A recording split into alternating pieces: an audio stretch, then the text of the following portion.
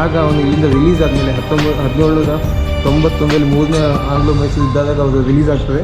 ಆವಾಗ ಅವರೊಂದು ಬುಕ್ ಬರೀತಾರೆ, ಅದರಲ್ಲಿ ಇಲ್ಲಿ ಎಷ್ಟು ನರಕ ಯಾತನೆ ಪಟ್ಟೆ ತಾನು ಅಂತ ಹೇಳಿ ಎಲ್ಲ ಬರ್ಕೊಂಡಿದ್ದಾರೆ ಅದರಲ್ಲಿ.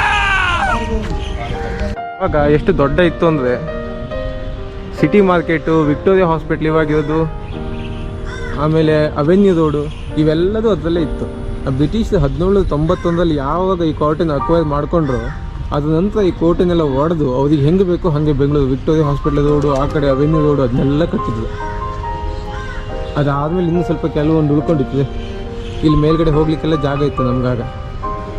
ಈಗ ನಾನು ಅಲ್ಲಿ ಸೆಕ್ಯೂರಿಟಿ ಅಂತ ಕೇಳಿದೆ, ಎಂತಕ್ಕೆ ಮೇಲ್ಗಡೆ ಎಲ್ಲ ಬಿಡಲ್ಲ ಅಂತ. ಇಲ್ಲಿ ಲವರ್ಸ್ ಬಂದವರು ಎಂತೆಂತೆಲ್ಲ ಮಾಡ್ತಾ ಇರ್ತಾರೆ, ಅದಕ್ಕೆ ಇಲ್ಲಿ ಯಾರಿಗೂ ಬಿಡಲ್ಲ ಇವಾಗ ಅಲ್ಲಂತ ಬಂದ್ ಮಾಡಿದ್ರು. ಮತ್ತು ಒಬ್ಬರ ಸುಮ್ಮನೆ ಕಲ್ಲು ಮೇಲೆ ಹೆಸರು ಬರೆಯೋದು,